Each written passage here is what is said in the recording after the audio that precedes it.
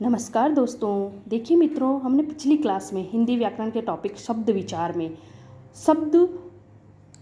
में इसमें कुछ भेद हमने पढ़ लिए थे। हम विदेशी शब्दों के उपभेद पढ़ रहे थे। तो क्लास को जारी रखते हुए हम आगे बढ़ते हैं।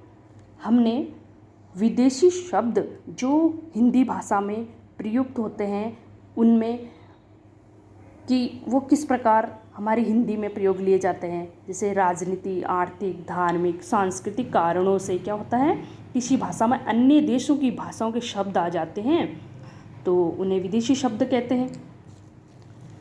हिंदी में अंग्रेजी, फारसी, पुर्तगाली, चीनी, डच, जर्मनी, रूसी, जापानी, तिब्बती, यूनानी, फ्रांसीसी भाषा के शब्द प्रयुक्त होते हैं। तो हमने यहाँ तक अंग्रेजी भाषा से आए हुए जो हिंदी में प्रयोग होते हैं वो शब्द कुछ हमने उनके उदाहरण देख लिए थे। अब हम आगे देखते हैं। अरबी भाषा से कुछ शब्द हैं, उसके उदाहरण हमने लिए हैं कि अरबी भाषा के कुछ शब्द जो हिंदी में हम प्रयोग करते हैं वो है तहसील, नशा, तारीख, कानून, किताब, लिफाफा, हलवाई, तमाशा, दौलत, मतलब, कीमत, किस्मत आदि। इसी प्रकार फारसी भाषा से आए हुए शब्द है अखबार, अमरूद, दवा, जलेबी, जुकाम, नमक, बीमार, मजदूर, आतिशबाजी, खजाना, गुलाब, जेब, आमदनी।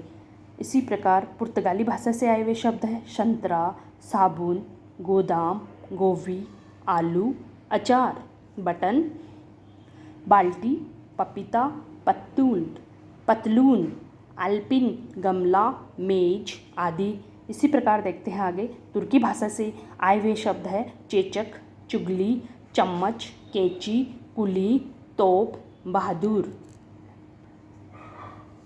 चीनी भाषा से आए हुए शब्द है चाय, लीची, तूफान आदि। फिर फ्रांसीसी भाषा से अंग्रेज, काजू, कारतूस, कूपन, सूप आदि। उत्पत्ति के आधार पर हम जो शब्दों के भेद पढ़ रहे थे उनमें हमने तत्सम, तद्भव, देशज, विदेशी शब्दों को पढ़ लिया है। तो इसका पांचवा जो उपभेद है वो है संकर शब्द।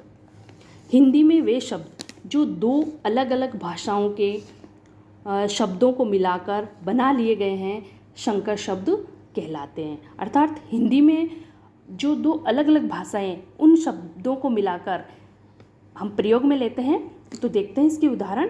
टिकट घर, जैसे टिकट और घर, ये इसमें टिकट है अंग्रेजी भाषा का शब्द है और घर हिंदी भाषा का शब्द है। इन दोनों को मिला के यानी अंग्रेजी का और हिंदी का, अंग्रेजी का टिकट और हिंदी का घर मिला के हम इसको इस प्रकार प्रयोग लेते हैं टिकट घर।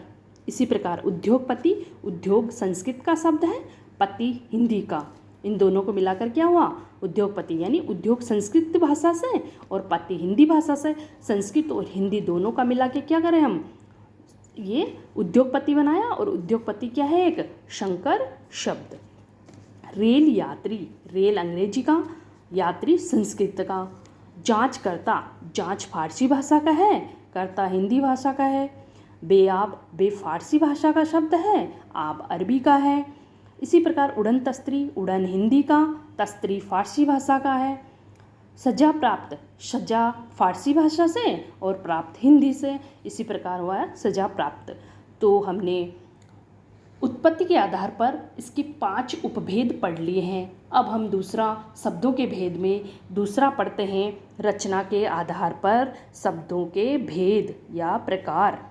रचना के आधार पर देखते हैं कि नए शब्द बनाने की प्रक्रिया को रचना बनावट कहते हैं। रचना या बनावट, किसी नए शब्द बनाने की प्रक्रिया को क्या कहते हैं, रचना करना। रचना प्रक्रिया के आधार पर शब्दों के कितने भेद हैं, 3 भेद किए जाते हैं। 3 कौन कौन से हो 3? पहला है रूढ़ शब्द, दूसरा है यौगिक शब्द और तीसरा है योग रूढ़ शब्द। तो हम देखते हैं रचना के आधार पर शब्दों के भेद। चलो, पहला रूढ़ शब्द देखते हैं। रूढ़ शब्द क्या होता है? वे शब्द जो किसी व्यक्ति, स्थान, प्राणी और वस्तु के लिए वर्षों से प्रयुक्त होने के कारण किसी विशिष्ट अर्थ में प्रचलित हो गए हैं रूढ़ शब्द कहलाते, यानी अपनी काफ़ी वर्षों से चले आ रहे हैं वो शब्द, और वो उस किसी एक के लिए रूढ़ हो जाते हैं। वो शब्द क्या कहलाते हैं? रूढ़ शब्द कहलाते हैं। किसी व्यक्ति के या स्थान या प्राणी के लिए वो प्रयुक्त होने लग जाते हैं, तो वो कहलाते हैं रूढ़ शब्द। इन शब्दों की निर्माण प्रक्रिया भी ज्ञात नहीं होती है तथा इनका कोई अन्य अर्थ भी नहीं होता है, तो क्या कहलाते हैं? रूढ़ शब्द कहलाते हैं। जैसे इनके कुछ उदाहरण देखने पर अपने को अच्छे से समझ में आएगा, जैसे दूध, गाय, रोटी, दीपक, आकाश, देवता, पत्थर, पेड़ आदि। इसका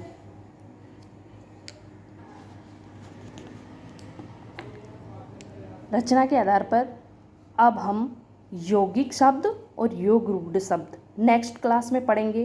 तब तक के लिए जय हिंद, जय भारत।